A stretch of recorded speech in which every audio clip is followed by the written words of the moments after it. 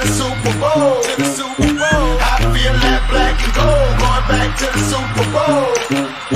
I feel like black and gold going back to the Super Bowl. To the Super Bowl. I feel like black and gold going back to the Super Bowl. I feel like black and gold going back to the Super Bowl. I feel like black and gold going back to the Super Bowl. I feel like black and gold going back. Hey, what's going on, Who Dat Nation? It is yours truly, Timothy J. Jones, the host of the State of the Saints podcast. And I'm excited because throughout the 2024 season, we will be powered by BetUS. BetUS is the place to go to place your bets on some of the biggest NFL games.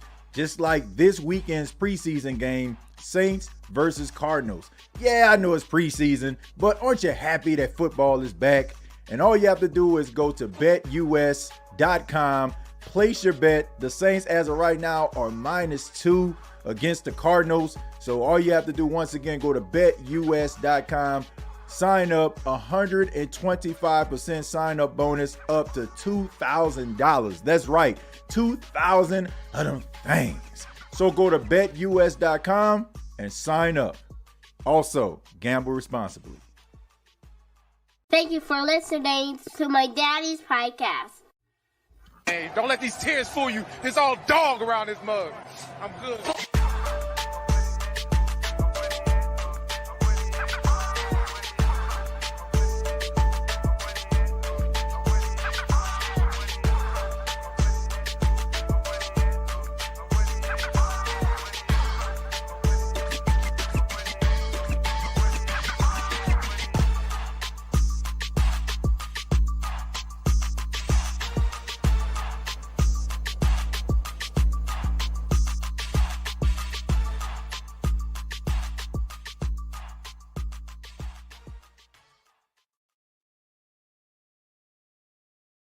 Hey, what's going on, Who Dat Nation? It is yours truly, Timothy J. Jones. And yes, I am the host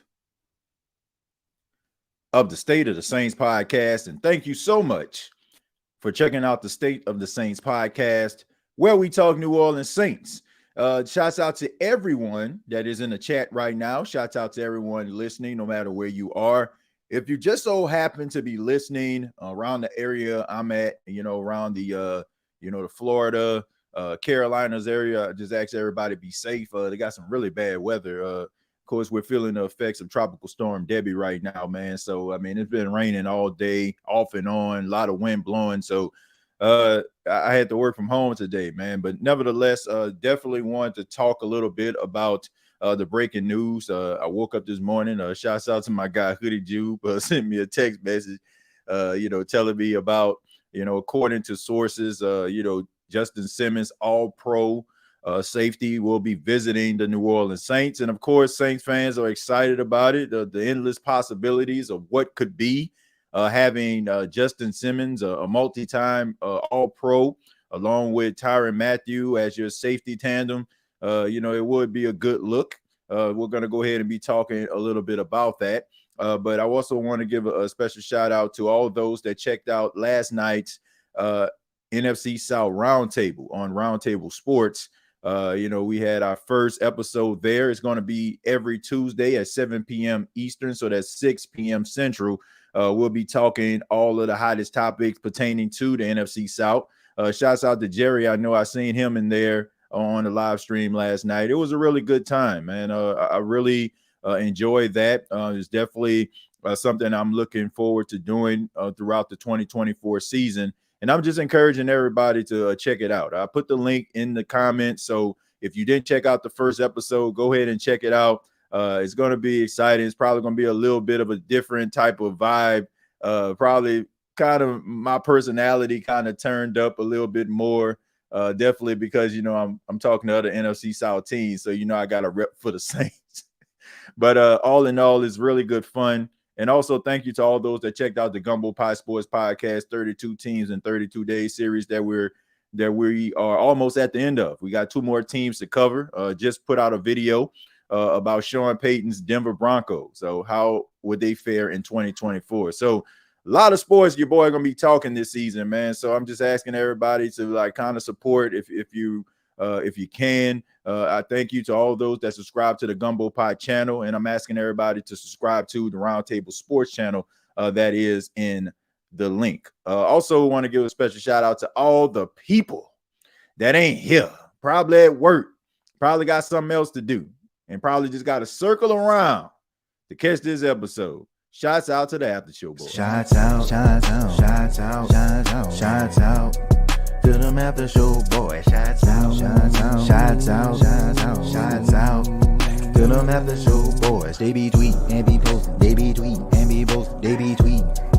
Yeah, them After Show boys. They be tweeting and be posting, they be tweeting and be posting, they be tweeting. Yeah, them After Show boys. Shouts out to all the After Show boys and After Show girls out there. As of right now, I want to make sure, I don't want to jump over anything.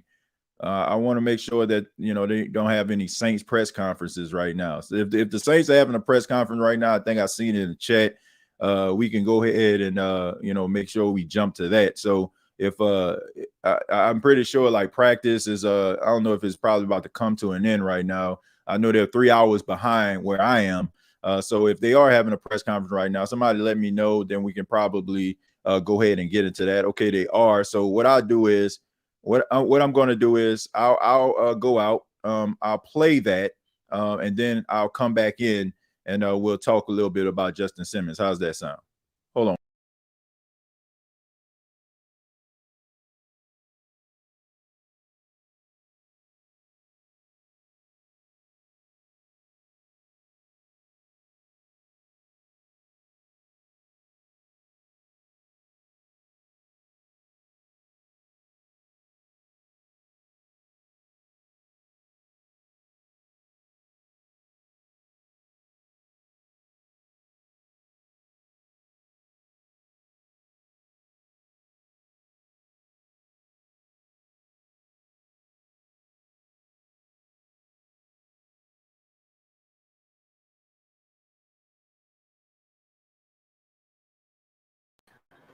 Putting them in an at-risk situation to have a re-injury. I think that's kind of the plan. It's a similar case with Paulson Adebo. You had mentioned he even tried to go one day and then has ended up missing like a week since then. He didn't have like a I don't think we're at a week, to be honest with you. I'd say it's probably been about 2 practices, and don't quote me on that either. But look, he had a little bit of soreness. Saw the trainers. We tried to wrap it, tape it, tried to go, wasn't feeling great. And so he's dealing with a soft tissue injuries. These things take a little bit of time, but I don't think any of these are going to be things that, really are going to cost us any regular season time. So because of your corner situation, like is that a spot specifically, like on Saturday, they play a ton of snaps just because of the guys who are. Yeah, look, I think there's a lot of guys who are going to play a lot of snaps, and there's some guys that need to play a lot of snaps, so we can get a good evaluation of them. So we'll take whatever the number we got, and we'll go play and put a good product out there for the first preseason game. All right, thanks, guys. Thank you, Coach. All right, so I caught that at the tail end. So what I'm going to do is I'll try to see if I can go ahead and rewind it back so we can catch a little bit of what he said. I'm pretty sure a lot of people want to hear about his thoughts on Justin Simmons here. So let's try to see if we can actually get back to that point, and then I'll go ahead and come in. All right, so let's go ahead and I'll go ahead and play that part.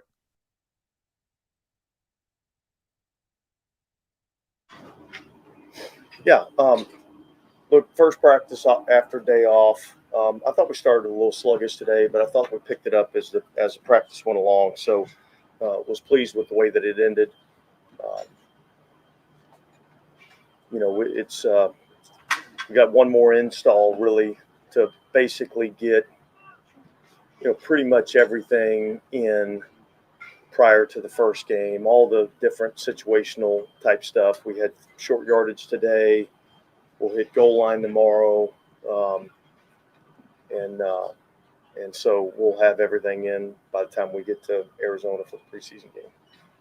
That's everything in, as in for not just the first game, but that's that's the nuts and bolts of everything that we're doing from a situational standpoint, everything we're doing from a schematic standpoint. We really have everything, and now there'll be a few tweaks and things as you go throughout the season. But the foundation for what we want to do in each situation of the game will be in after we get through, the walkthrough portion of practice tomorrow. The executives back today. Any update on this procedure? Yeah, look, I think everything went well. As as far as I know, no, I guess not really much of an update other than they feel like they accomplished what they needed to get accomplished, and I don't see there being really any limitations for the player moving forward. Have you made any decisions yet on starters playing Saturday, or close to that? I won't say anything to anybody publicly until I get a chance to talk to the team in terms of what we're going to do. So we'll just keep that under wraps for right now. I've not discussed that at all with our players, and so we'll kind of wait and talk to the players first before we make any sort of an announcement. I don't know why you wanted to bring in Justin Simmons for a free agent. Well, look, this is a guy that's been a good player in our league for a long time. He's a player that's shown an interest in us. We've got some connections with him in terms of guys on our staff that have worked with him, guys that have played with him. And so, look, I think that it's exactly what it is. It's a visit. He's coming in, and we'll talk about, how we would see him, what type of vision that we would have for him, and then, if what we're looking for and what he's looking for, if those things match up, then, we'll see if it goes further than that. Dennis, is that more about him than what you've seen at the safety position in camp? Yeah, look, as always, you're always looking for, areas that you think you can improve your football team. I don't think that's necessarily a position that I'm saying, man, we got to go out and actively find somebody. I think it's more of a situation where there's a really good player that's on the street, and this is a player that there's been some communication with, with the player or his agency, and so I think we're at a point now where I think both sides feel comfortable with him coming in and visiting, and we'll see where it goes from there. He's arriving late, like it hasn't happened yet. It's too He's coming in at some point. I don't know. I don't have those details right now. Is that just a visit or like a workout as well? Or? Just a visit. How long have those conversations been going on? Yeah, I don't know exactly. Probably sometime in the spring there was a little bit of back and forth. We and he were not, probably, on the same page in terms of what we were willing to do or what he's looking for. I think it's just getting closer to the season. I think we're probably a little closer on both sides. And so I think that's why you bring the player in. You have a chance to sit down and visit with him and see if things work out. So that's really what it is. When you talk about adding a veteran at this. Sorry, this spring is in the initial, when free agency, I guess. No, I don't think this was something that took place, in the initial free agency. I think this was probably kind of after the free agency wave had gone through, really probably even after the draft. I can't remember the exact, timing of it, but I think it really started probably with, Joe and Marcus, both those guys having familiarity with the player, and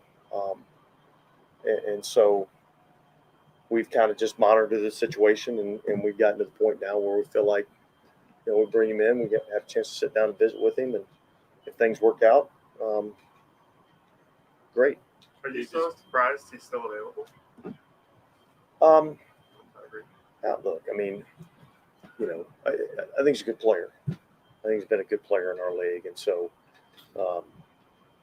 but I can't speak to, the reasons why, he's still available, really. But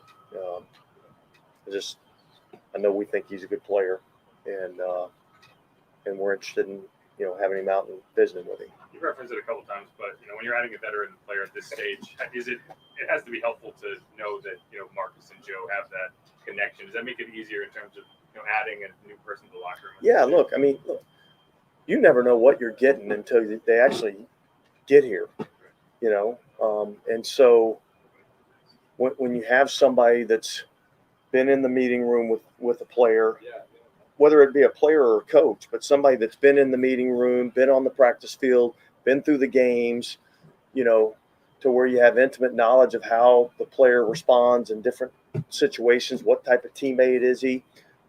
Is he going to fit into the culture that we have here? Like, all those different things are things that you don't really know unless you have, that knowledge from, being in the building. And so, I think having those guys know the player and having worked with him before would make a transition easier. Avery Johnson talking to the team today. Avery. Say that again? Avery Johnson. Avery's in for, I think, today, and I think maybe he takes off tomorrow. But, he'll be in and kind of checking some things out, and probably have him visit with the squad this afternoon. Has anyone has anyone caught your eye at safety? Like, the rotation that you have going with Howden, Abram. Yeah, I don't think we're set at that position opposite of Tyron. I mean, I think we got several guys that are competing. All of them have things that they do well. All of them have things that they have to improve on. And so, I think we're just going to let that play out as the preseason plays out. And I'm not in any hurry to make a determination of where we're at there. Kind of related to that, I think the number of the guys, like, kind of rotating some guys in at different spots with the first team or whatever it is. Like, when do you get to the point where you kind of want to have that set after preseason? Well, whenever I feel like that it's set in my mind that this is the guy that's earned the job, and I'm not at that spot right now. Dennis, I'm sure the players are excited about Saturday. Are you kind of, you can look at the calendar, it's a few days late. You get kind of excited to see. I know you said you want to see him when the noise and the lights come on. Are you getting fired up for Saturday? I think it's why you go through all these things that we go through, not necessarily for preseason games, but why you spend all this time practicing, meeting time. All these things are to go and play the game, and so. These games aren't going to count in terms of, our record, but I think they matter. I think they're important for a lot of people. I think they're important for us as a coaching staff with a lot of new pieces on offense. Being able to get into those game situations, understand how the communication is going to operate, how the communication from the box down to the field to the players. The communication to the quarterback on the field, like, all those are things, getting our substitutions on and off. Those are all things that I think, are important things for us to get kind of, ironed out over the course of the next 3 games in the preseason, so that those don't become issues as we get into the regular season. So, I think we're all kind of excited about playing games. All right, so I think we pretty much caught up here. So that's the press conference from head coach Dennis Allen. That's courtesy of NewOrleansSaints.com. go ahead and go to their social media page. Make sure you finish up that press conference there. But so he pretty much talked a little bit about Justin Simmons and the reason why they decided to bring him in.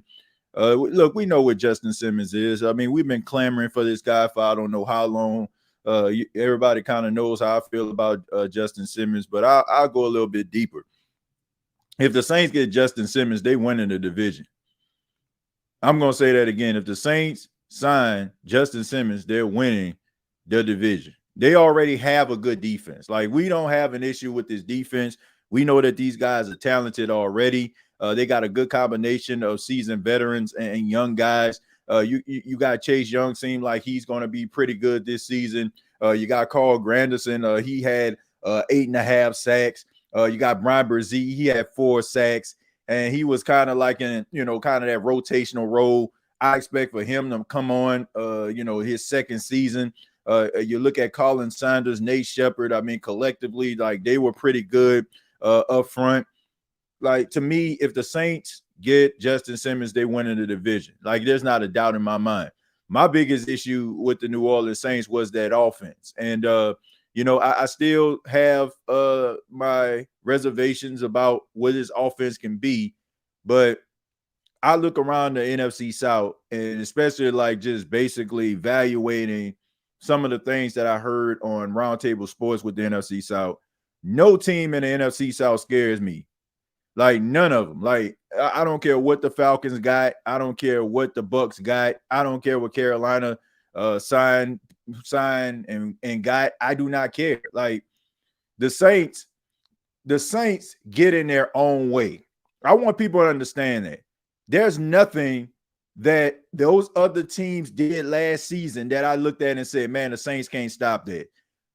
The Saints get in their own way when they lose football games. It's rather they become really passive aggressive. It's rather they get into this fetal position when they got a lead in the game and they try to hold on to it for a victory. None of these teams, in my opinion, that I just feel like are just leaps and bounds better than the Saints.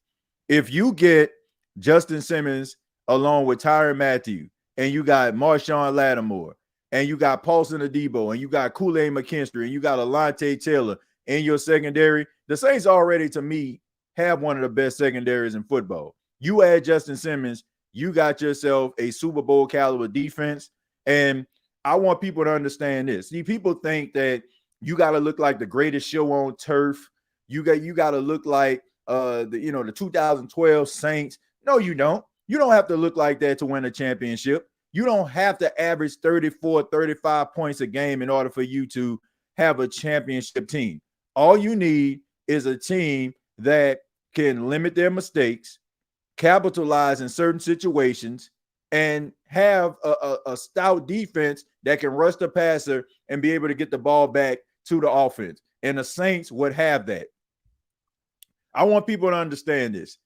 And I am not stuttering when I say this. Justin Simmons is probably the top 5 smartest defensive player in the entire NFL.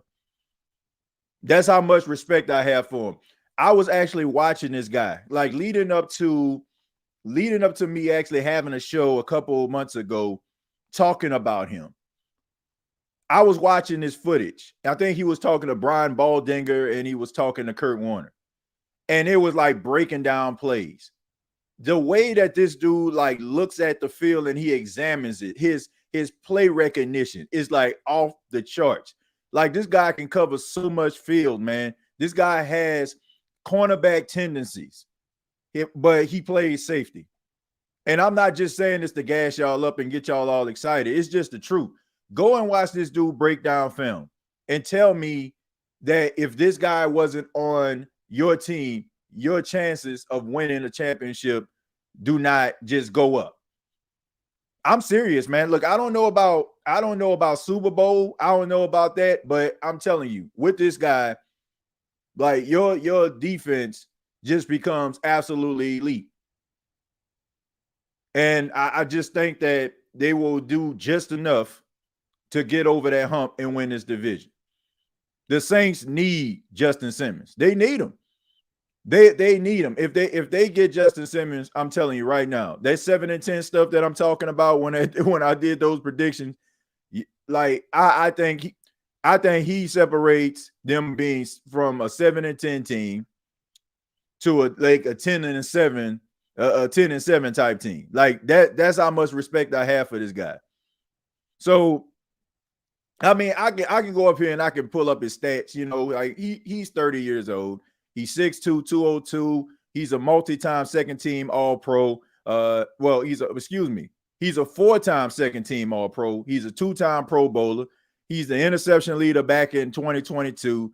He has 30 interceptions in his career, 604 tackles, 4.5 sacks, 64 pass deflections, 5 forced fumbles, 3 fumble recoveries. Look, the fact that this guy's still on the street is just mind-boggling to me. Like, I don't understand like how this guy is still on the street.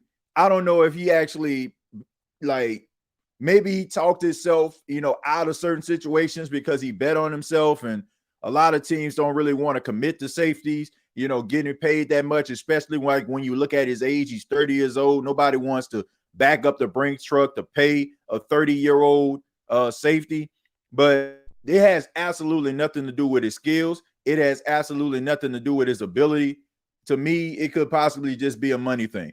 But the closer we get into the season, palms start to get sweaty.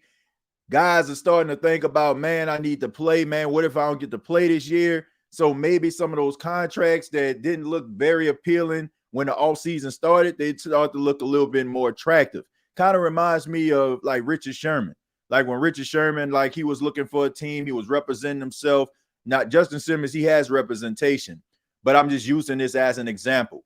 Like, he represented himself. I'm talking Sherman, and the phone wasn't really ringing. And then all of a sudden, like towards the beginning of training camp, that's when he started to answer the phone. And then all of a sudden, I want to say he went to the 49ers. So all I'm saying is, like, this could be one of those situations where, the Saints end up getting him because, a contract is better than no contract, right? So I still think that there are going to be some teams out there that's going to try to acquire his service. But if the New Orleans Saints can get Justin Simmons, like this would be like a huge difference when it comes to where this team can actually be.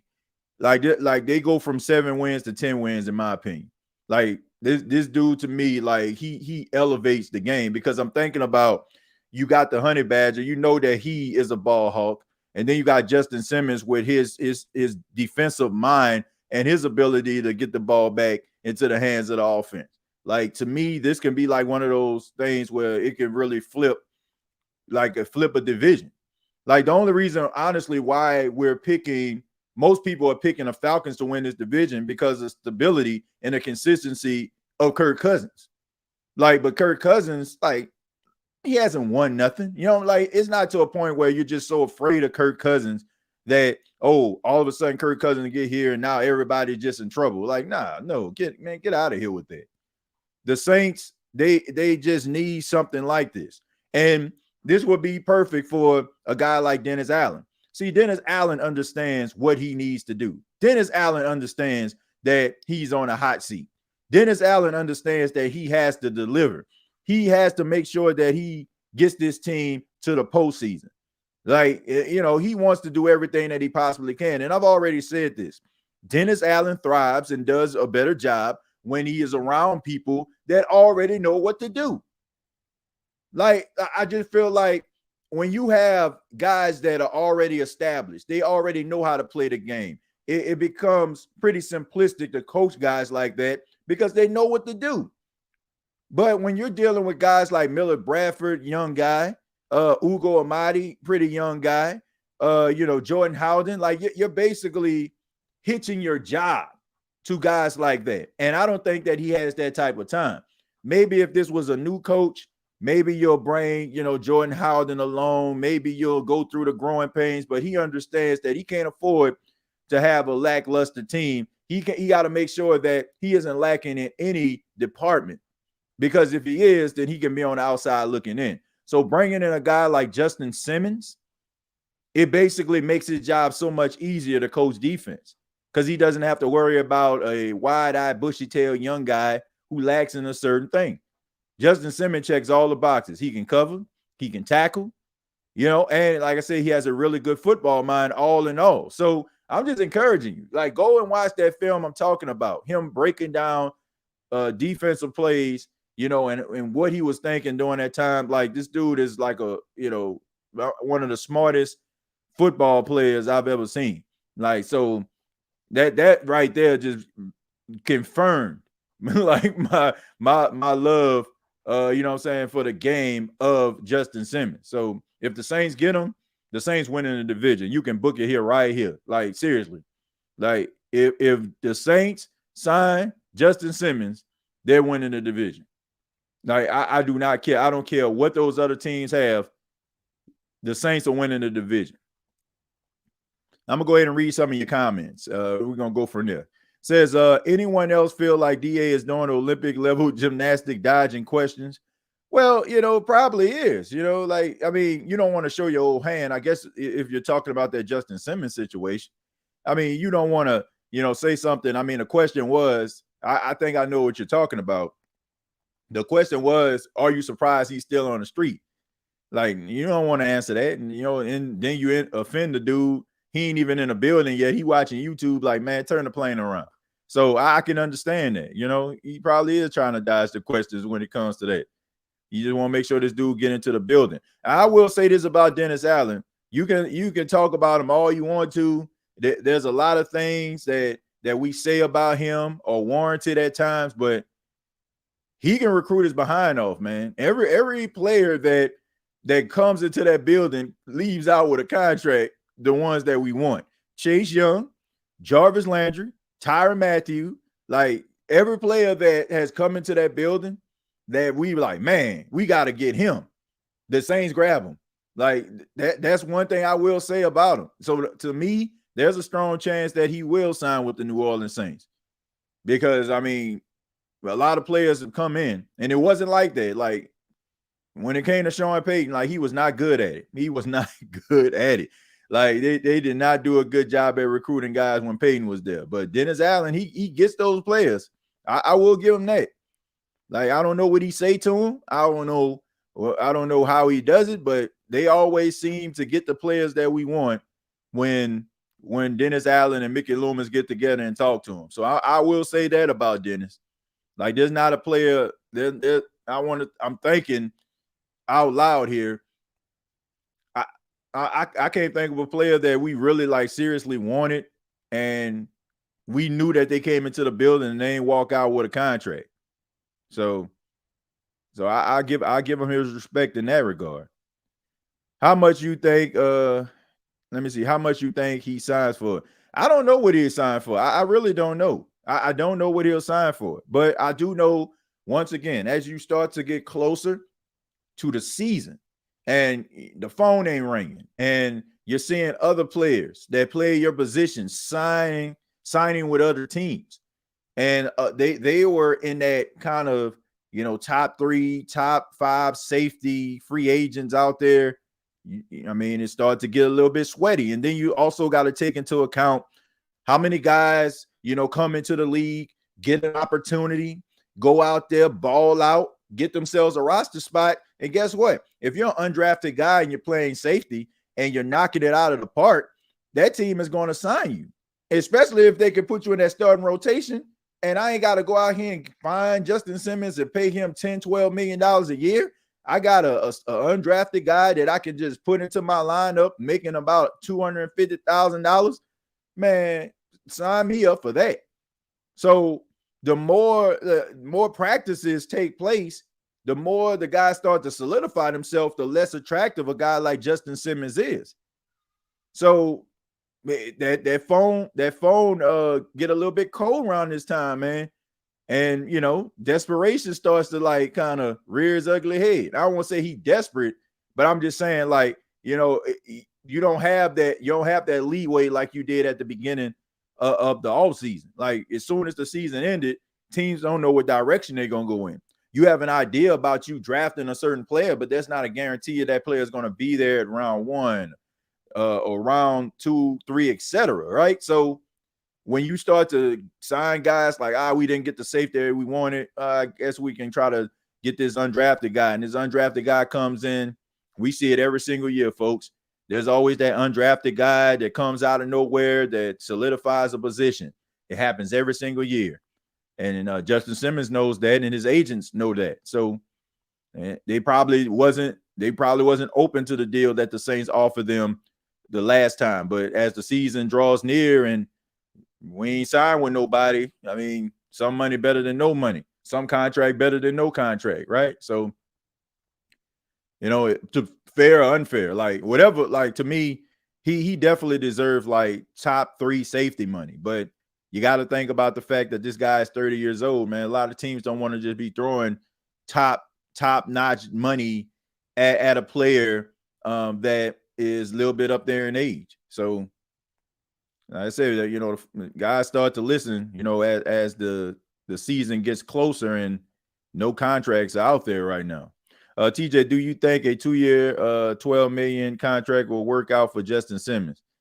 I don't know, man. Like, I think you probably have to pay him a little bit more than that. But yeah, I do think that they probably are going to come to him correct. I don't think that's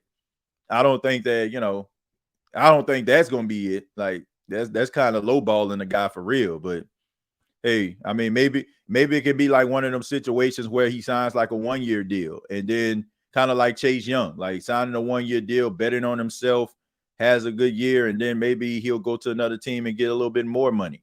But I also have to look at the fact that Justin Simmons knows what I know and what I'm saying. Like, he's up there in age, so he's trying to get that big contract before it's time for him to ride off into the sunset.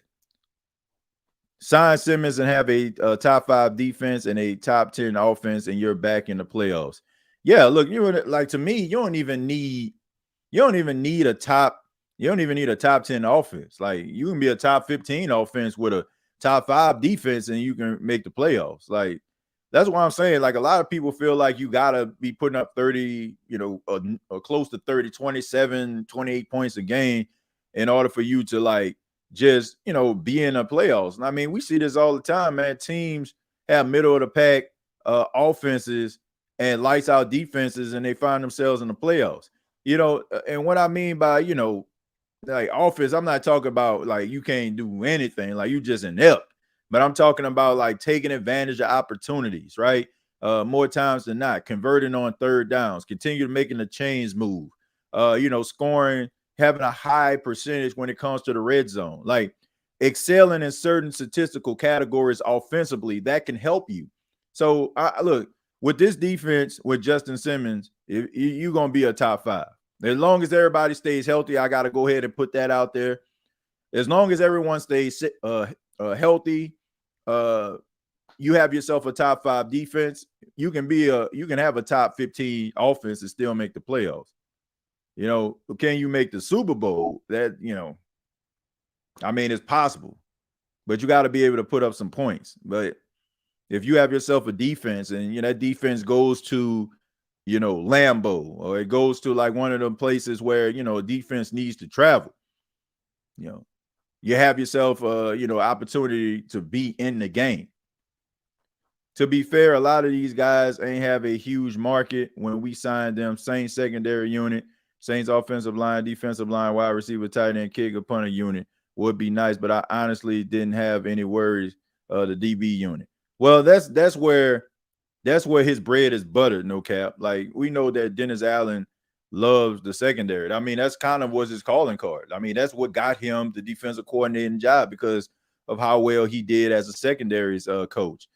So I think that's something that's near and dear to his heart. That's why the reason why he always wants to make sure that unit is solidified. And then on top of that, look, man, this is a pass-driven league, no cap.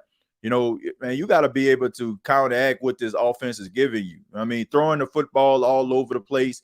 Look, man, you got to look at your schedule. You got to look at what's in your division, and you got to be able to stop that.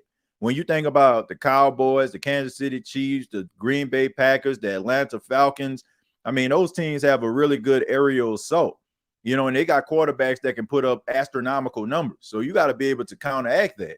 So the more people that you have in your secondary that can actually lock somebody down and understand the assignment, you also have to take into account that this is a passing league, and with that, there are more chances that your star DB or your star safety can go down because there's so many passes being thrown their way. They got to deflect it. They got to, torque their bodies certain ways, you know what I'm saying, in order to get the pass deflection or the interception or make the tackle. So the injury rate goes up. So you can't just go into there and be like, okay, man, I got this guy, and this guy. Like, that's fine if you're playing Madden and you can turn the injury off. Then you can, go out there and deflect passes and tackle all day and night. But we know that the New Orleans Saints, they've had their fair share of injuries with guys in the secondary. Those guys have missed time. So the more talented defensive players that you have in the secondary, the better your chances are to continue to have success regardless if a guy goes down or not. So you got to have more guys than that. But I do understand what you're saying as far as the offensive line, the defensive line. These are things that they needed to fix. We know that they need a little bit more help when it comes to the pass rush. You got to give your secondary something, right? A lot of very disciplined players are in the Saints secondary because a lot of those sacks when the Saints get them are coverage sacks. So you need that guy that can be able to get after the quarterback, that can kind of, incite some type of fear in the offensive line of a team. And also offensive line. The offensive line, it definitely is a work in progress. I mean, I'm hoping that they actually are doing the right things to make sure that offensive line is upright. I think they are, man. I think they are.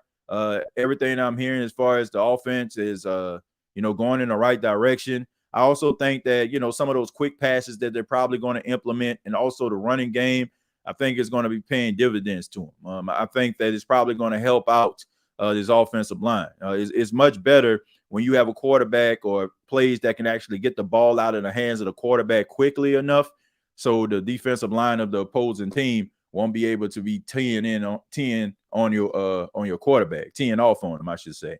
But I understand what you're saying, but that's why you have these competitions, and you got to hope that they're making the right choices when they're evaluating these guys in these competitions.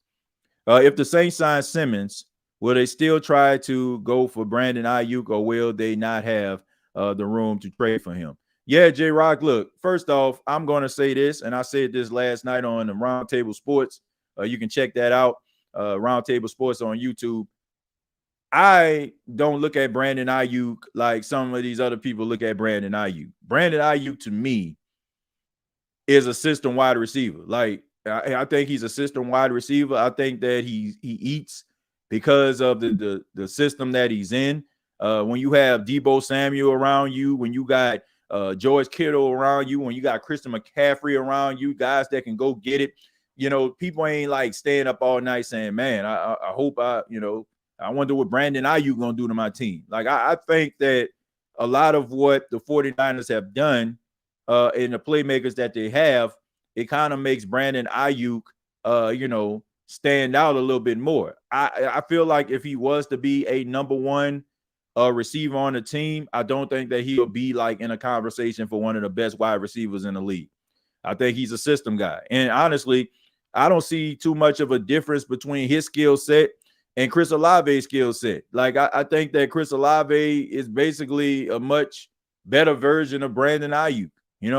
I do feel like if Brandon Ayuk was on your team, you'll have yourself a solid receiver. But I mean, you got solid receivers already. I don't think that he's a needle mover. I don't think that, you got an all-pro about to walk in the room if you make a trade for him. And then on top of that, this guy wants a contract. He wants a big-time contract. I'm pretty sure he's going to want to be paid north of $30 million. So if you're bringing in a guy you're going to have to pay $30 million to, what are you going to do with Chris Olave? What are you going to do with Chris Olave? I mean, he's up for a contract really soon, folks. And I'm pretty sure the Saints are probably going to try to get him on the books next year. They're going to pick up his fifth-year option. And I'm pretty sure they're going to try to negotiate a deal. And I'm pretty sure he's going to want about north of $30 million. So if I'm paying $30 million, I'd rather pay it to a guy that I know had been in my system, and I know for a fact that he can go out there and perform like a number one receiver. Like I don't see the need to bringing in Brandon Ayuk, especially when you know for a fact that you're going to have to pay him, give him a contract. I mean, you can pick up his rookie deal, but I mean, to me, that is like a team that actually has a chance, at, like maybe he's like the missing ingredient for you making a Super Bowl run. No disrespect to the New Orleans Saints, but we know they got bigger fish to fry before we start having Super Bowl conversations. We just hope they get to the playoffs at this point. So I'm not a fan of bringing in a guy that resembles Chris Olave. Like, you basically just, it's like that Spider-Man picture where Spider-Man pointing at a Spider-Man. Like, it's the same guy. Like, I feel like gonna give you the same production. Honestly, I feel like he may not even give you the same type of production. I feel like he thrives because of that 49ers offense. I think he's good, but I don't think that he's like a surefire number one receiver. I mean, I think, once again, I think he's talented, but you got a talented wide receiver. Let's see, what amount do you think is good, a good amount for him? Well, I honestly, I can't even answer that question. I couldn't tell you. I couldn't tell you what's a good amount for him. I don't know what he's actually looking for. I do know that a lot of these safeties, especially like with his caliber, they want to get about $14-15 million a year. So to me, I don't know. I don't know exactly what he wants. I don't know what a good amount is. I know that, to me, okay, if I'm being 100% honest, the Saints can't afford to do the way that he plays. Like, if I'm just talking about pure talent, we're not looking at his age. Like, based on the same salary cap, they couldn't afford him. Like, they can move some things around, but I'm talking about, like, as of right now. Like, let's just say, for example, like, if I'm just talking about, like, numbers, like, this dude should be like the highest paid or top 3 highest paid safeties in the league. So, so if we talk about a good amount, like, the Saints don't have based on their salary cap, they can move some things around like they always do, but they would have to pay him, like a top 2, top 3 safety in the league, but so that's I mean, Justin Simmons is special. I don't know, like, I know a lot of people don't really, I mean, if you will probably watch football, but this is a special football player, man. Like, this dude is a really special football player, and he's a difference maker. Like, there's some guys that come to your team, you just happy to have them, and yeah, they'll provide a spark. But this dude is a difference maker. This is a guy like to me, on the field, this guy is Darren Sharper to the 2009 New Orleans Saints. Some of you younger people probably don't know, or probably didn't appreciate it at the time. You just happy the Saints won. But he is what Darren Sharper on the field was in 2009 for the New Orleans Saints, in my opinion. Like, Darren Sharper had 9 interceptions that season. 9 of them, and he was able to get the ball back into an already high-powered offense. He gave the New Orleans Saints offense more opportunities to dominate. That's what I feel like this guy is. So I don't think, if we being technical, I don't think the Saints would be able to afford him if we were just looking at based on what this guy deserves. But that's just me. I feel like Ayuk would be better in another system, to be honest. You talk about in another NFL system. I mean, of course he'll thrive. Like, he'll find success if the Saints were to trade for him. I mean, they're running the same system he was coming from. I mean, Clint Kubiak is going to run the same, type of offense that's San Francisco ran. Same one. So of course he'll know what to do. So I mean, yeah, he'll find success in it. But at the end of the day, it's like, why? Like, to me, I want trades and transactions that make sense. Why would you go out here knowing that you're gonna have to pay Chris Olave probably more than Brandon Ayuk is asking for in 2025 or 2026, whenever you decide to pay Olave? Why would you go out here and make a trade for a guy in Ayuk that more than likely you ain't gonna be able to keep? Because it's gonna have to come down to a decision. Who do you want to keep more? Are you going to cast Chris Olave aside for Brandon Ayuk? I don't think so. Like, there's not a person on here that will want to get rid of Chris Olave. There's not a person on here. And I'm definitely not getting rid of Chris Olave for a guy that almost has a similar skill set. No way. I'm keeping a guy that's been on my team that I drafted, that I've seen develop in my system. And I know for a fact that he has all the tendencies of being that number one that I need him to be. So why would I do that? That's a waste of time. To me, like, you might as well just go out here and make a trade for an offensive lineman or something. Like, at least, you know what I'm saying? Like, I would be willing to pay that, right? I would be willing to pay that if, Trevor Penny don't work out or something like that. Look, I'd be willing to pay that because from the looks of it, don't look like you want to pay Trevor Penny unless, like, the light just turns on and he just becomes like a really good right tackle. So I'd rather go with somebody and make a trade for a player that I know for a fact that I have a strong chance of giving them a contract when that time comes. So no need to go out here and get Brandon Ayuk. I don't see the need. Like, if you're going to get or make a trade for a wide receiver, don't bring in a wide receiver that has the same similar skill set than your number one receiver. Like, go get like one of these big body wide receivers. Like, try to make a trade for DK Metcalf or something. Like somebody like that to be opposite of Chris Olave, that has a different skill set. Then it would make sense, right? You have your AJ Brown and your Devontae Smith type combination right there. That's another one. Thank you, Cartel. T. Higgins. That's another one. Like somebody like that don't have the same similar skill set. Then it would make sense to me. Don't get the same guy, like the same like upside. Like it's the same guy. Like, to me, I feel like you need that big body receiver. I feel like you need that guy. Like, if I'm making a trade, man, call Seattle for Metcalf. Call Cincinnati for T. Higgins. Like, if we talking about, like, okay, making that type of commitment, at least we know that we have somebody that's different from the wide receiver we got now.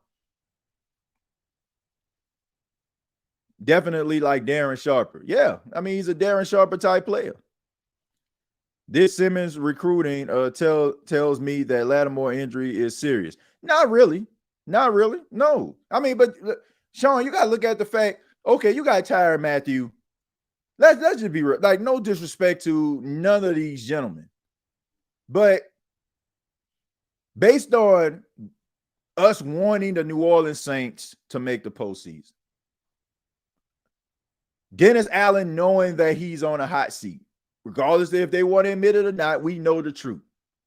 Are you really going to hitch your wagon to a young, inexperienced player going into his first season as a starter in Jordan Howard? Are you really going to hitch your wagon to a safety who is really mostly like a box safety? That's his strong suit, kind of like a Roman Harper type player in Jonathan Abram. Are you really going to hitch your wagon to an inexperienced, undrafted guy in Millard Bradford? Are you going to do it? Are you going to hitch your wagon to a safety that is mostly better served on special teams than Ugo Amadi? And then you got JT Gray, who is a special teams ace. Like, are you going to hitch your wagon to that? Because you got to think about it. I said it at the top a few minutes ago. In a secondary, the ball is being thrown constantly at your secondary. There's a strong chance, a higher percentage of those guys going down. If something was to happen to Tyrann Mathieu, I'm knocking on wood when I say this, are you confident that your secondary will be able to hold up at the safety position? They get behind a Debo. They get behind Lattimore. Are you comfortable enough to say, okay, man, we're going to put Jonathan Abram in here and he's going to provide that spark that we need? No disrespect to them dudes, but no, I do not feel that way. And if I know that my job is on the line, I'm going to make sure that I do everything in my power to make sure that I ain't lacking in nothing. And if I'm lacking in something, I exhausted everything that I had to make sure that I didn't. It just so happened to be that way. So we can't say, oh, man, we good, we cool, we straight. Like, no, man. Like, come on, man. Like, somebody come to you. You at the job.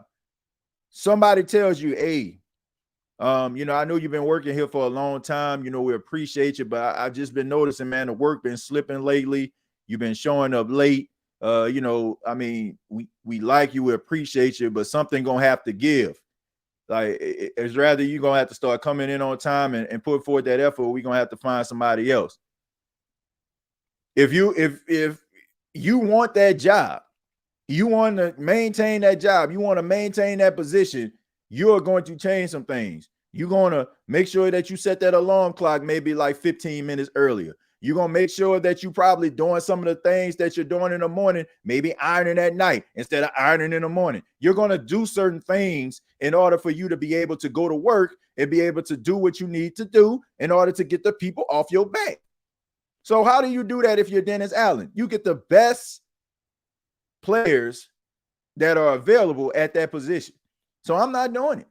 I'm not doing it. Like, this isn't one of those like first year guys, like first year coaches. Like, let's just say, for example, if Clint Kubiak was the new head coach, then you can afford to have Jordan Howden go into his second season, first year as a starter.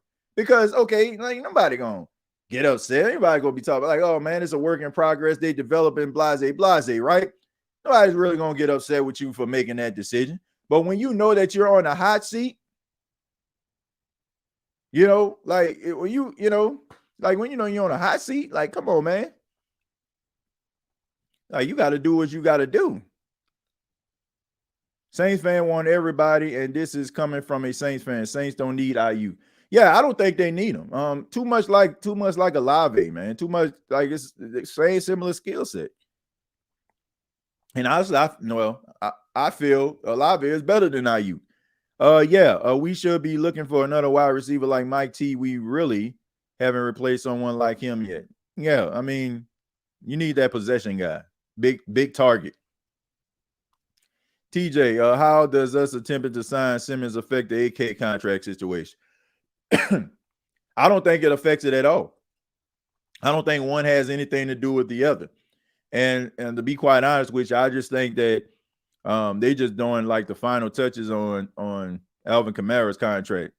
Like, I think they're just trying to meet in the middle. A 1-year deal, yeah, something like that, where he can go out here and test the market again, especially if you just don't want to be on the street at the start of the season. We need to be encouraging Jimmy Graham to come back another season. Nah, I'm good on that. Not the fact that I got anything against Jimmy Graham, but come on, man, let's just move on, bro. Like, for real, like, let's just go ahead and move on. Like, we got to figure out what we got. If we don't have it, then let's just try to see if we can go out and do it and get it through the draft or something like that next season. I don't want to keep on digging in a crate, sweating to the oldies. Rest in peace to Richard Simmons. I don't want to keep on doing that, man. And I don't want to just be talking about bringing back players because I'm scared about how the situation is going to look. Like, sometimes you got to go through that. Like, sometimes you got to go through that in order for you to go out here and draft a guy. And then maybe that guy will be everything that you want him to be, and we'll feel a little bit more comfortable. Sometimes you got to get a little bit uncomfortable in order for you to get comfortable. So you don't want to keep on going back to that person, you know, like you know it ain't working out. You know it ain't working out. All right, come on, man.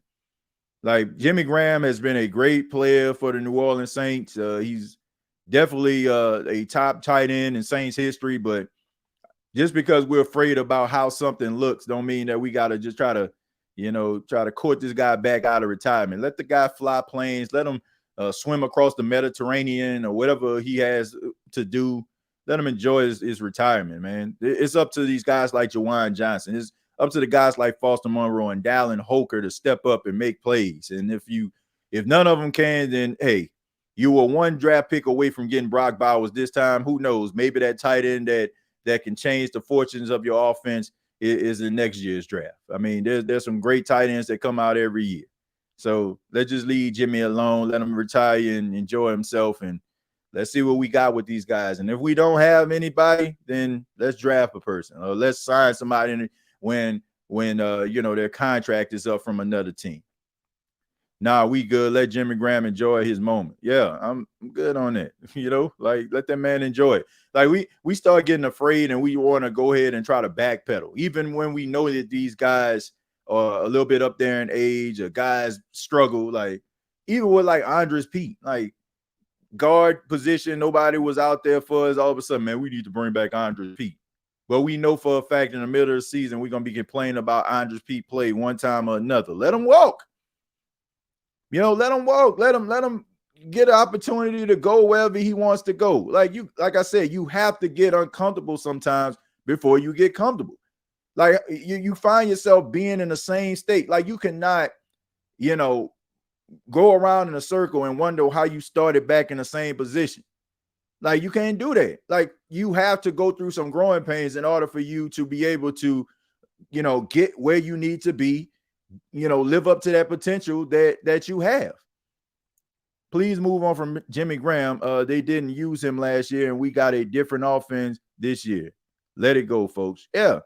Like we start getting nervous, and then we want the older guys back, But those players we've been complaining about, how's that a step forward? How's that progressive? If you keep on like trying to do different things that don't work out, well, let me at least bring him back. Why? So you can be dealing with the same thing? You don't want that, folks. You don't want to be dealing with the same stuff. Like go through the growing pains, and then, you'll be able to fix it with somebody that's probably younger, more explosive, and you'll be able to have more years with that player versus what? Jimmy Graham, he come back for what? 1 year? Well, guess what? If he lights it up for 1 year, decides to retire, you still in the same position that you was in right now, right? What are you gonna do? Let's come back at age 39 now. Like, no, man. Like, go through the growing pains, work with the players that you got. If they don't work, try to find yourself somebody through the draft or one of these tight ends that might come up for free agency. Don't keep on like backpedaling, man, and trying to reach back behind you, man. Go forward. We might not need him because we do have Olave, but getting him would be nice. All I'm saying. Yeah, but look, it would be nice to have him, but I'm not trying to have somebody for like 1 year. Like you're talking about, you're gonna have to pay this dude. And what are we doing? Like 1 year? Like what are we doing? Like that's all I'm saying. Like, do you think the Saints going to the Super Bowl? Like, do you feel like the Saints are a Super Bowl team? Do you think that? Like, if this was the case, I wouldn't mind. Like, if let's just say, for example, we were going into Drew Brees' last year, and the Saints made a trade for Brandon Ayuk. With that, I would kind of understand. Drew Brees is in the twilight of his career. We don't know how many years he's going to have left. Fine, bring him in. He can provide something offensively, another weapon for Drew to throw the ball to. Fine. But what are we doing here? Like, we don't, as of right now, you got some people that think that Derek Carr is the answer. Some people feel like they want this dude up out of here. It's just a matter of time. You don't know what the direction that your team is going in, the quarterback situation, etc. All of these different question marks that we have about this team. When you have several question marks about a team, especially at key positions like offensive line and quarterback, why are you out here trying to sign a guy that more than likely you won't have in the next couple of years? Why would you sign him or trade for him almost in a mercenary role when you know for a fact you got so many question marks when it comes to the coach, the quarterback, the offensive line, what this offense going to look like, the status of Alvin Kamara's contract, all of these different things. So why would you do that to a guy that you know that is young enough that he's going to get a second contract, and that contract is going to look north of $30 million? You get football mercenaries when you like a player away. Like when Tampa got Tom Brady, you can go out here and get Gronk. You can go out here and get Antonio Brown as mercenaries because you know that Tom Brady is on borrowed time. And you also know that Tom Brady is the straw that stirs the drink. So you have a strong chance of winning the championship with him being your quarterback. No disrespect to Derek Carr, but at the same time, I don't think any Saints fan is, unless you stay in New Orleans, if you're staying outside of New Orleans, you're not booking trips to New Orleans because you think the Saints going to be there in the Super Bowl at least. I mean, sorry, that's just the reality. You know, like go out and make trades for guys like in this situation when you know you got a chance of winning a championship. Then we can have a conversation like this. But not for a team that's trying to figure out who the hell they are. Like, we don't even know, like, the Saints have no identity. I don't feel bad about saying this because Alvin Kamara said it. He in the locker room, so he knows the team better than me, right? He said the team didn't have an identity. They're trying to have one now. They're trying to establish themselves now. So how are you a championship caliber team with no identity? Like, you don't even know where you're going right now. So that would be like, to me, that would just be, I don't know, that'd just be a dream signing, a dream booking or something like that. Like something that just, I mean, it's just basically fantasy right now. Like I'd rather focus on some things that I need that's going to be a long-term solution. Give me a long-term solution. If you want to sign a 25-year-old offensive lineman, that played really well to the team that he came from, you sign him and, you want to give him a second contract, I'm good with that. Because guess what? If that guy's 25, you sign him to a 4-year deal. By the time he's 30, like you done got about 4 or 5 good productive years out of him. And who knows? You probably sign him to another contract because he's been steady throughout the years. Then we can have that conversation. Not a guy that you're going to have to, basically flip a coin or put marbles on a scale to say, do I pay him or do I pay him? Don't do it, folks. What are you projecting overall wins for the Saints this year? For the Saints, I said this before. I when I did my pre, I think I did this prediction like before the draft, but maybe I didn't. I had them at 7-10. I had them at 7-10. There's a lot of things that changed since then. Of course, we got to see preseason games. That's why, I want people to understand it's virtually impossible for you to really just make a prediction and, without a fair assessment of what the team looked like in real time or what it could possibly be in real time. Everything is basically raw and you're coming off a season where it was disappointing and you're not very happy about it. So you just feel like things are just going to go downhill. But let's just, focus and take a look at what they're doing on the field and what those guys are bringing to the table. Then, I think I can make a probably an even better, projection. But I'll wait till after those preseason games. But I will say this. I do want to mention this before I move on with the comments. Dennis Allen in his press conference, he mentioned, what he was going to do the question was asked to him about preseason, right? What he's going to do with preseason. He was like, I didn't talk to the guys yet. I don't want to, say anything without talking to him. First and foremost, there should not be anything that shouldn't resemble you telling them that they playing. That's what you should be telling them, that they playing. I ain't saying they got to be playing a whole game, but if Derek Carr is not out there on Saturday playing the quarterback position for at least one series, to me, that would be egregious. If these wide receivers ain't out here for the first drive, that would be egregious. You are changing around the entire offense.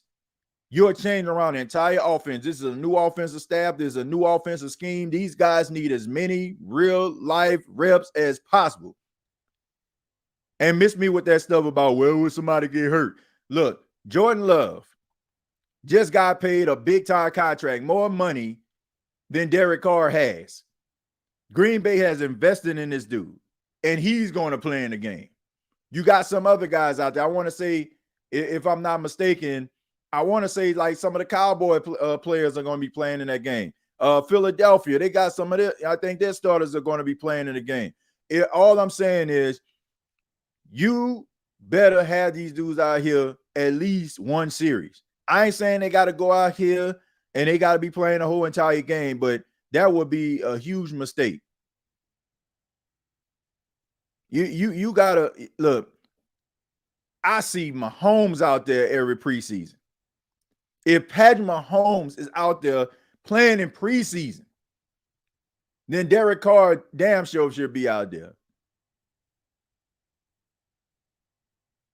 Like I'm serious, man. Like that would be a huge mistake if they don't have these players out here, like at least one series. Like, nah, man. These dudes need to play like at least 1 or 2 series. Depends on how they look in the first series. Like if he come out there and look like how he did when he first took a snap, they went right down the field, scored a touchdown, go sit down. Fine, that's cool.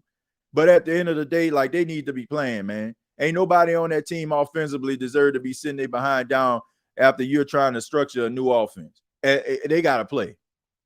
They gotta play, man. Because to me, that would be what's the word I'm looking for? That would be the biggest. I'd put it like this: the biggest mistake, and it would just really just show us that all this bravado and all this calling folk out and holding people accountable is just a bunch of BS. Like if we're talking about setting the tone, set the tone. If you want to talk about like trying to get better, get better. You can still have a couple series and still know what Mason Tipton can do against opposition. Still know what Dallin Holker can do against competition. They're gonna get their opportunities. But there's a whole new offense. And they need live reps. So just want that to be said right now. It shouldn't be no other conversation being had besides the fact that, okay, we want our starters to be out there. But of course, people start talking about injuries and stuff like that. At this point, man, I don't even care. Like, it's understandable. If you had Drew Brees out there, like during preseason game 1, after for a fact he had run the same offense for the last 15 years, that, like, to me, that wouldn't make much sense to me. Like, it wouldn't make much sense to me. Like, we know what it's going to be, right? So put him in game 2, let him get a couple little snaps in there and let him go sit down on the bench and start evaluating guys and telling them what they're doing wrong and all that. But I feel like they should play at least 2 preseason games. They should play at least a series or 2 the first game, maybe a quarter the second game, and don't play it all the third game. That's what I feel like they should do. But hey, who am I? TJ, remember the 3-year streak we had where we didn't allow a 100-yard rusher? What happened to that unit? Was it attrition or a change in team philosophy? I don't know if it was attrition. I don't know if it had anything to do with attrition. I think it, had to do with some of the guys leaving. Like David Yamada was a difference maker. Sheldon Rankins was a difference maker. Those guys can stop the run, man, collectively as a group and as a unit. So, I think that was kind of low. So when you lose Yamada and you lose Rankins, you kind of lose that stout front. But, I expect for them to get back to it this year. A second year under their belt. These guys understand each other. I expect big things out of Brian Brzee in the interior. I can tell you that right now. So I think they'll get back to it. But, yeah, I think the loss of those players made a difference. If he does that, he should do it all 3 games. Nah, I don't think he should do it all 3 games, man. Like, I feel like, let those young bulls, get an opportunity, man. Let those guys put something on film. I understand like the 3rd game where you don't have your starters out there because it's much bigger than just, evaluating those guys. Like you're not just evaluating players on your team, you're evaluating players on other teams as well. And the more reps that you actually see them have, it'll give you a better idea about what that player can be and how it fits your system. And also gives these guys other opportunity for other teams to take a look at them as well. So, I feel like the first 2 games should be suffice. 3rd game, I can understand like you trying to get ready for the regular season, getting everybody prepared. Let's just get out of here virtually unscathed. But you definitely need to go out there and have your starters. Like Derek Carr needs to start preseason game 1. Most teams, you shouldn't see the starters until the 3rd and 4th preseason game. Now there's only 3, so 2nd and 3rd is something about not playing in the first game. Yeah, I don't know. I guess, like I said, they're trying to Well, I guess if like it seemed like to me it would make more sense because like this, if you play in the first game, let's just say for example you get a little nicked up or something like that, you ain't got to play in the second or third game, so you got at least 3 weeks, you know what I'm saying, to be able to heal. But if you playing in like the third game, and you end up getting hurt, like to be honest with you, yeah, you'll get almost a month. So if you miss, okay, so let's just say you get nicked up in the first game, right? So you don't play the second, the third, they skip a week, and then it's the fourth. So you get almost a month, of no contact or anything like that. So to me, I would think that you would want to play in the first game, more so than playing in that last game. We signed 31. It's strap season. Yes, I finally caught it live. Yeah, thank you for being here, Sharpshank. Thank you. Let's see. Jerry G, watch how straightforward Mike answers the question. DA was DC them years, not coach. Not a job too big for him. Yeah. And I'm gonna try to see if I can read a few more, then we'll get up out of here. Exactly, Carr needs the reps. If it ain't just to win some Saints fans back. Well, look, I don't think. Look, I honestly don't think that they're buying it this time around. I don't think that. I don't think they buying it. Like people want results. Like that was like when they signed Jarvis Landry and Tyrann Mathieu. Now you can't just dangle that like, oh, look who we bringing in, guys. If y'all want to see him play, y'all got to come to the Superdome. Nah, bruh.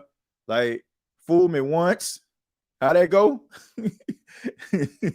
Shame on you. Fool me twice, shame on me. So no, ain't nobody buying that, man. People want results. Like, anybody cared about who you bringing in. People want to win.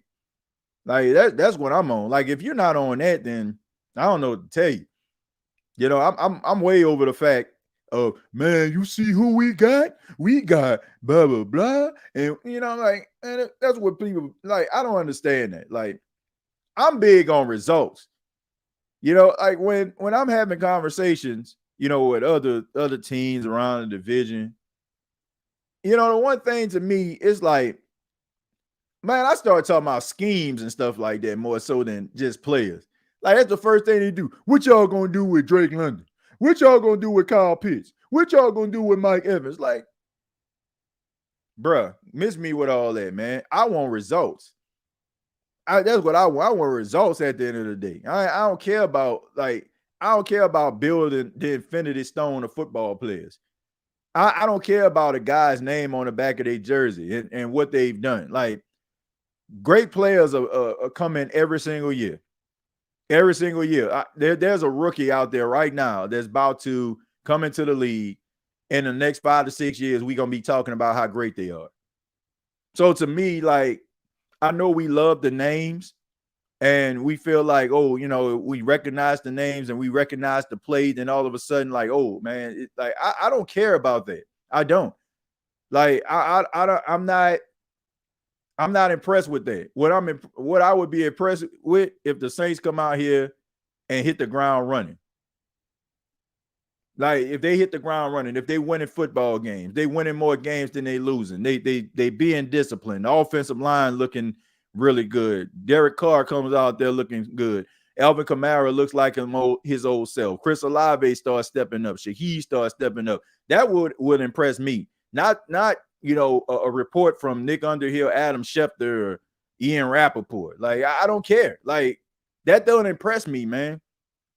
Like, it's exciting and it get everybody buzzing, and it is great dialogue. It's great content for a show like this. But at the end of the day, man, I'm about results. I don't care about you looking apart. There's a lot of people out here that dress like to the nines, riding around in nice cars. Guess what? Ain't got ish in a refrigerator. You know what I'm saying? Like, living paycheck to paycheck. Like, I don't care about certain things. I don't care about how things are perceived. What are you doing? Like, in real time? What is it really going to be? But Justin Simmons, yes, he is going to generate excitement. Tyrann Mathieu, when he signed with the Saints, going to generate excitement. Chase Young, when he signed with the Saints, it generated excitement. But as of right now, all I am is excited about some players. I want to be excited about the product that my favorite team that I've been growing up watching since I was 4 years old. I want to see what they be able to do when it comes to the wins and the losses, and can they get back to playing the type of football that we know that the New Orleans Saints have been accustomed to playing over the last decade and a half. You know, like it's great to have noticeable players. But you know what? It's better to have championships. It's better to be credible. That's the word. It's good to be, just to be credible. That people actually, respect the fact of coming into the Superdome again. And not of just living in the past, like, y'all got to come to the dome. Like, that's what I'm waiting on. I want some credibility, not just some names of guys that I just recognize and I can be like, ooh. Like, the oohs and the eyes only going to last so long, man. When I was in high school, and I'm pretty sure, I don't know if it's like this now, but, when they used to release Jordans, you'll go to the, some of us would cut school, go to the athlete's foot, go to the Foot Locker, stand those lines, get those shoes. Don't know how the heck we get back at school, but, we missed first, second, third period. We back at school at lunchtime with a fresh pair of Jordans on. Everybody see, ooh, everybody like, oh, man, I'm tight. You wear them things the next day, maybe somebody that didn't see you the day when you got them, man, them tight right there. Third day, everybody, what's up, man? Ain't even paying no attention to your shoes. So, and like all that stuff is impressive right now, but what you gonna do on that field? That's my big question. But I want to say thank you all for checking out the State of the Saints podcast. I really do appreciate it. Much love to everybody here. I just ask that you hit the like button. Hopefully this show was enjoyable to you. If it was and you're on the fence about the show, hopefully we reeled you in. Hit that subscribe button, hit that like button, help the State of the Saints podcast to grow. Also, I'm asking everyone to check out the Gumbo Pie Sports podcast that is available right now. We're doing a series, 32 teams in 32 days, breaking down all 32 NFL teams. Just put up a brand new video featuring the Denver Broncos, breaking down their 2024 campaign, what that's going to look like. And also, we've done 30 teams so far. So we're just down to 2 more teams. And also want you to check out the Roundtable Sports. That's also on YouTube, youtube.com. Search Roundtable Sports. Is me representing the New Orleans Saints. It's a panel of NFC South representatives. It premieres every Tuesday at 7 p.m. Eastern, 6 p.m. Central, right here on YouTube. So check it out. We did our first episode on Tuesday. So check it out. Let me know what you all think. Shouts out to everybody in the chat. Thank you for making the show what it is. Shouts out to everybody at home. Thank you for making the show what it is. Shouts out to the people that ain't here. Shouts out to the After Show boys. Shouts out to them After Show boys. Shouts out to them After Show boys. They be tweet and be post. They be tweet and be post. They be tweet. Yeah, them After Show boys. They be tweet and be post. They be tweet and be post. They be tweet. Yeah, them After Show boys. Shouts out to all them After Show boys, After Show girls out here. Thank you all so much from the bottom of my heart. Thank you for making this is one of the best shows and best times in my life, man. Thank y'all for everything that you do, sharing, liking these videos, believing in me, supporting me no matter what platform that I'm on. It really means a lot to me, man. So thank y'all. We not done, man. We just getting started, man. And looking forward to growing and putting out some really great content on this channel and several other platforms as well. Till next time, all I got to say is, who dat? Thank you for listening to my daddy's podcast. Hey, don't let these tears fool you. There's all dog around this mug. I'm good.